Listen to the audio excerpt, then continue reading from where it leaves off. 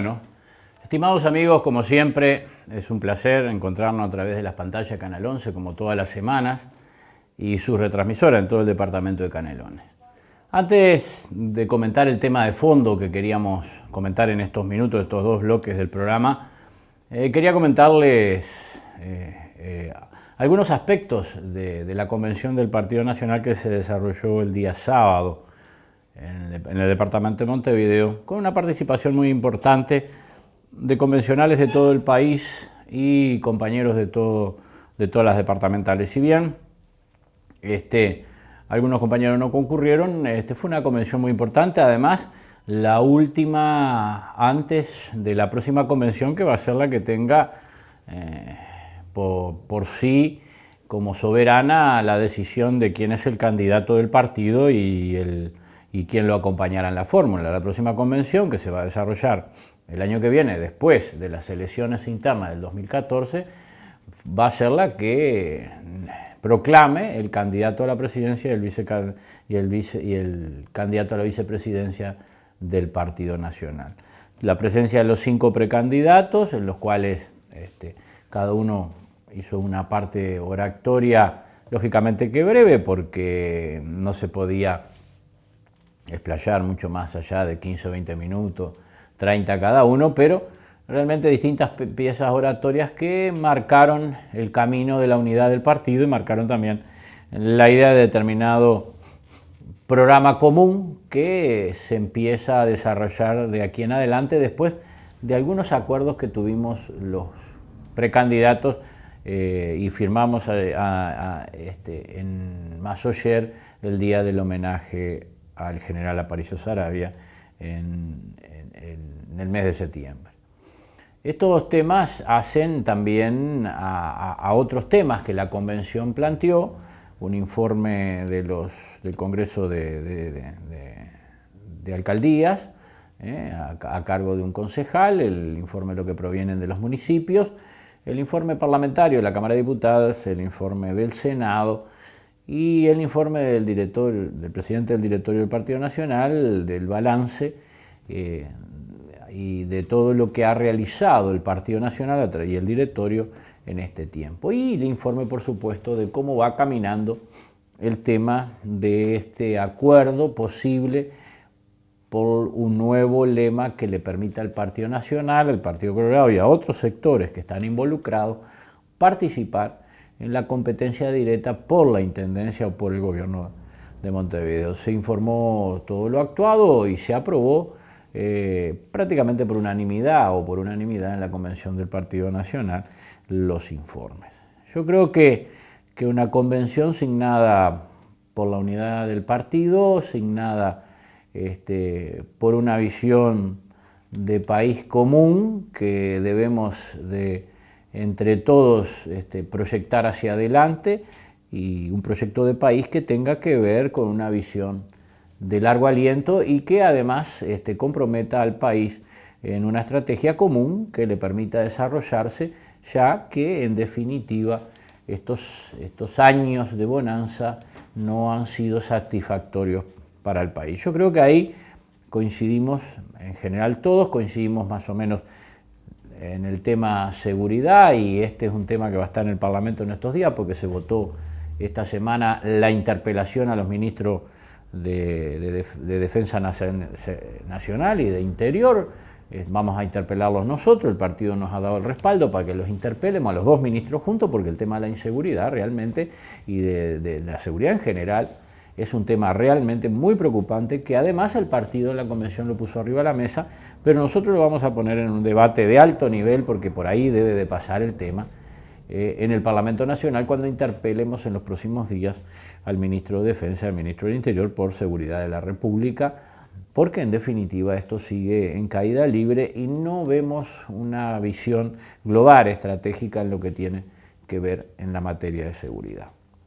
Estos temas estuvieron en la convención, estos temas van a estar estos días en el debate público, porque además la interpelación no va a ir, creo, más allá, porque así debe de coordinarse y así marca el reglamento y la Constitución, más allá de una semana o 2 más, que sería la venida de los ministros a sala en el Parlamento. Ahí vamos a tener oportunidad de discutir a fondo políticas de seguridad y lo que es para nosotros una estrategia global de seguridad. Esto también se marcó en la convención, los temas de seguridad, de educación, de salud. Creo que en definitiva una convención positiva para todo el partido. Y además quiero agradecerle a todos los compañeros que participaron en la convención, sobre todo los compañeros que nos acompañaron del departamento de Canelones, que es donde este canal emite y tiene llegada, a todos los compañeros y a los coordinadores de las distintas agrupaciones nuestras en Canelones por haber participado, habernos acompañado de la convención nacional del partido, última convención antes de la próxima que será lógicamente la que proclame la fórmula ganadora del 2014. El tema que quería comentar con ustedes y que estuvo en nuestro discurso, lógicamente en términos generales, en la convención del Partido Nacional, pero es un discurso que nosotros lo realizamos permanentemente desde que tenemos vida política y vida gremial y que hace una visión estratégica de país. En la convención lo marcamos muy claramente porque entendemos que el partido debe de ir por ese camino. Hemos visto últimamente con preocupación señales negativas desde el gobierno cuando en otro momento el propio Mujica, ministro de Ganadería, y algunos del gobierno apuntaban para otro lado, sobre todo a lo que era la visión de país productivo o país que proviene del desarrollo productivo y que desde ahí se genera la mayor cantidad de recursos estratégicos que el país tiene en base a sus divisas, ¿no? A los ingresos. Pero últimamente hemos visto permanente bombardeo, ataques furibundos al sector productivo nacional, al sector trabajador, al sector de la materia prima o el factor que desarrolla la materia prima y produce materia prima para que haya en las cadenas agroindustriales trabajo de mano de obra calificada y bien paga. Hemos visto un ataque permanente del gobierno e incluso de algunos sectores de la central de trabajadores, pero el gobierno últimamente amenazando a los productores, tratando de dividir entre el interior y la ciudad, tratando de dividir entre productores y trabajadores, cosa que nunca fue. Yo he sido productor toda mi vida y he sido trabajador rural, he sido esquilador, he monteado, he hecho de todo en mi vida, he sido peón, he sido administrador de estancia, he sido patrón. Y mis trabajadores y los trabajadores que trabajaban conmigo, y en el caso cuando tuve patrones, nunca hubo un enfrentamiento de esa índole que se pretende hoy apuntar desde algunos sectores y apuntar del gobierno. Es lamentable porque provoca una división. El propio gobierno, el propio Mujica estos días amenazando con el tema de las detracciones, como marcándole a los productores agropecuarios que los uruguayos, los productores orientales, son latifundistas. Acá los únicos latifundistas los creó el gobierno del Frente Amplio, que son las grandes multinacionales, son las que tienen cientos de miles de hectáreas. Acá, si uno mira las cifras, 50.000 productores agropecuarios que son, o empresas agropecuarias que están en el agro nacional, 37.000 son familiares,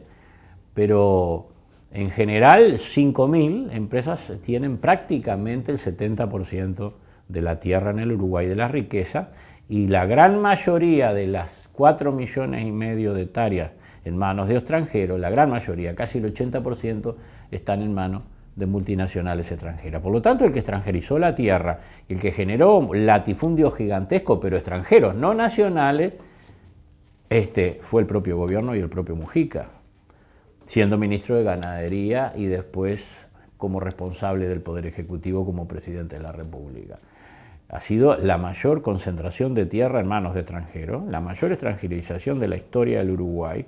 nunca vista en manos de extranjeros, y cuando se habla de que los productores no pagan patrimonio, los que no pagan patrimonio son las multinacionales que están exoneradas. La ley de megaminería exonera de patrimonio a Aratirí, la ley de Montes del Plata y los contratos ocultos clandestinos y con ese subterfugio que nunca se sabe qué es lo que contrata el gobierno con las empresas, han exonerado del impuesto al patrimonio y otros impuestos. Lo mismo pasa con la cadena agroindustrial UPM o como lo quieran llamar, lo que era Botnia. y así sucesivamente, Quien no paga patrimonio y quien no está exonerado son las grandes corporaciones, las grandes multinacionales. No es el productor nacional, no es el productor familiar, esos 37.000 familiares que viven en la tierra o que viven y trabajan su tierra directamente, pequeños, medianos, algunos más grandes,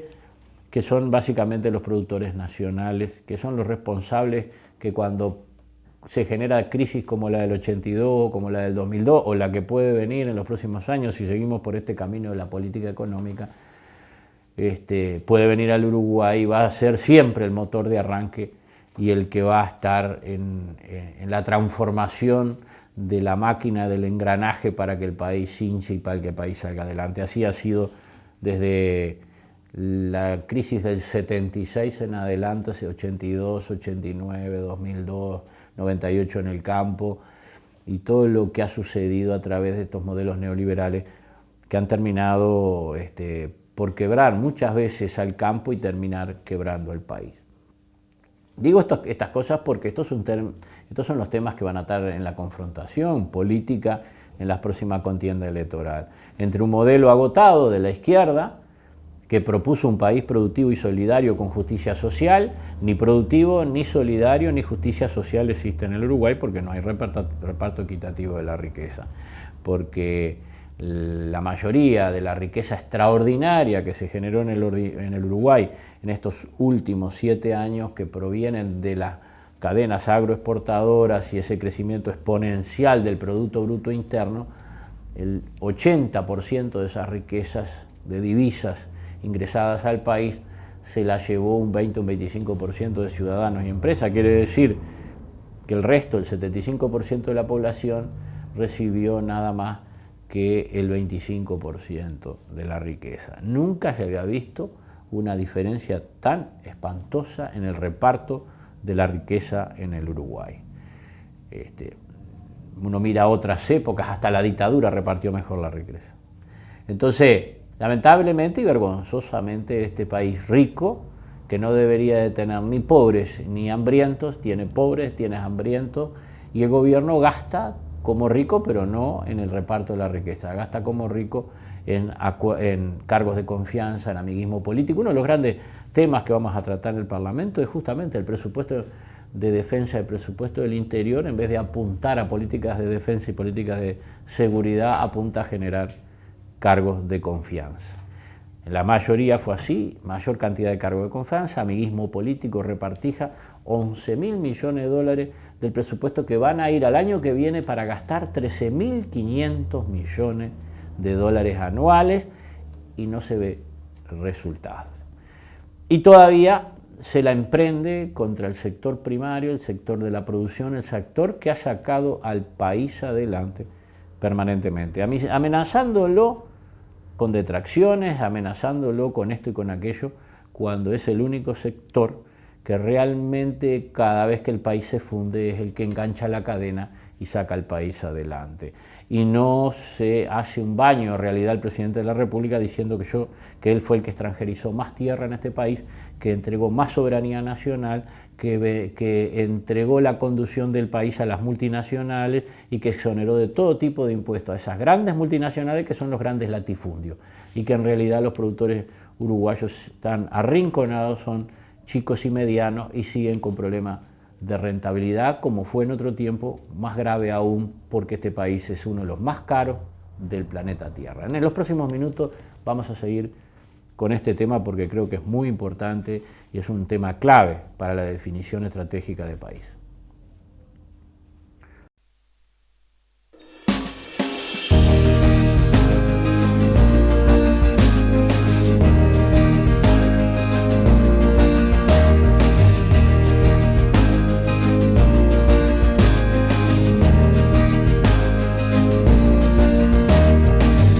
Bien, en esta segunda parte del programa veníamos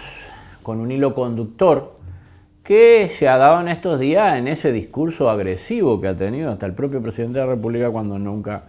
lo habíamos visto. Pero, lógicamente, un discurso agresivo porque está protegiendo intereses transnacionales. O sea, realmente, lamentablemente, ha saltado la zanja de la nación para pasarse al enemigo o al que quiere venir por los recursos estratégicos del país. Lamentablemente el discurso de Naciones Unidas nada tiene que ver con lo que está haciendo adentro del país, y estas divisiones nada sirven cuando el Uruguay empieza a prender luces amarillas en el escenario por la política económica neoliberal de los Chicago Boys que están en el Ministerio de Economía y que responden a Danilo Astori. Y este es el grave problema que tiene el país, es el problema de no haber repartido la riqueza justamente porque se han priorizado las grandes corporaciones transnacionales y no se ha priorizado el desarrollo y el trabajo nacional. El propio PICNT denuncia 560.000 trabajadores que ganan menos de 14.000 pesos y algunos más, algunos 800 y tantos mil, sumados a esto, que ganarían menos de 14.000 pesos con trabajos no permanentes, pero que están dentro de ese margen. Y unos 600.000 o 500.000, en su mayoría públicos y privados, que están por debajo de los 11.000 pesos, cuando la canasta básica es 52.000 pesos. Pero vamos al tema que veníamos desarrollando. El 75% de las divisas que ingresan al país, ¿no?, provienen de las cadenas agroexportadoras, y ahí el 70 y tanto por ciento se genera la mano de obra industrial, es agroindustrial. O sea que el 75% de las divisas que ingresan al país por bienes de capital pertenecen a las cadenas agroexportadoras. Y ahí también está un 70 y pico por ciento de la mano de obra industrial. Por lo tanto, ese es el motor de arranque del país. El país sigue viviendo de pasto transformado. Por otro lado, el restante ingreso de divisas al país proviene de turismo y tecnología como el software, que somos cuarto exportador de tecnología de software en el mundo, pero además alrededor de 2.000 y pico millones de dólares, mucho más, a veces en muchos años mucho más de lo que produce en la cadena exportadora de carne o la cadena exportadora de otros productos, provienen del turismo y los servicios, sobre todo del turismo. Entonces, acá 11.500 millones de dólares para cerrar el año 2013 van a ser las divisas, más o menos ahí las divisas que el país va a ingresar por bienes de capital y por bienes de turismo o de servicios, o sea, bien de capital y bienes por turismo y servicios y tecnología. Contrapartida, 13.500 millones de dólares es la deuda pública, el gasto del Estado. Un déficit fiscal de 1.300 millones de dólares hacen que el futuro inmediato y a corto y mediano plazo esté comprometido para el Uruguay. Entonces, cuando se ataca y se amenaza a los sectores productivos nacional con el tema de tracciones, y eso es lo primero que tiene que hacer el gobierno, es hacerte una autocrítica. En vez de atacar a los sectores que sacaron el país adelante, a los productores nacionales, que son en definitiva los que sacan el país adelante porque son los que ponen los impuestos, son los que pagan los sueldos y son los que generan materia prima para las cadenas agroexportadoras, deberían de mirar para las grandes multinacionales que se llevan 840 millones de dólares al año, de los cuales la mayoría son exoneraciones fiscales. O sea, se llevan de exoneración fiscal, o sea, las multinacionales se llevan del Producto Bruto Interno al año 5 o 6 puntos del Producto Bruto, lo cual serviría para educación, para salud, porque en definitiva no solo están exoneradas de patrimonio, están exoneradas de IVA en los impuestos de exportación, están muchas veces con enormes deducciones que los terminan exonerando totalmente del impuesto a la renta, cosa que a todos ustedes y a nosotros no estamos exonerados ni tenemos grandes deducciones. Todo eso lo lleva a que en definitiva en el país esas cadenas lo que hacen es aumentar el Producto Bruto Interno, pero no generan una riqueza que el Uruguay la pueda derramar. Esa es la realidad de estas cadenas, más allá de la mano de obra que generan y el movimiento económico que generan en la cadena, terminan llevándose el 40% de las ganancias netas para sus casas matrices. Y por lo tanto, compensación tributaria más el 40% son los que en definitiva se llevan mucho más de lo que dejan y en definitiva ellos son los grandes latifundistas. Entonces yo creo que estos temas hay que tener cuidado, ese discurso agresivo de tratar de defender a como dé lugar las grandes corporaciones para seguir exonerándolas de impuestos cuando el país entra en crisis y el flujo de capital se corta, son los primeros que rajan como han rajado en otro tiempo. ¿Y a quién quedan? Acá quedan los trabajadores orientales y los productores orientales y algún extranjero que se vino, se radicó y le tuvo amor a la tierra y trabaja acá, como lo hay mucho allá en mi zona, por ejemplo, en el arroz, en la frontera, muchos productores arroceros que hace 20 o 30 años que están viviendo en el Uruguay. Los otros vienen, sacan y se van, los mismos que los pools de negocios agrícolas que existen en el Uruguay, que provienen de la Argentina a arrendar campo, ya están mirando para allá porque el Uruguay es un país altamente caro. El Uruguay es un país sumamente caro, es el más caro que Europa y más caro que Estados Unidos.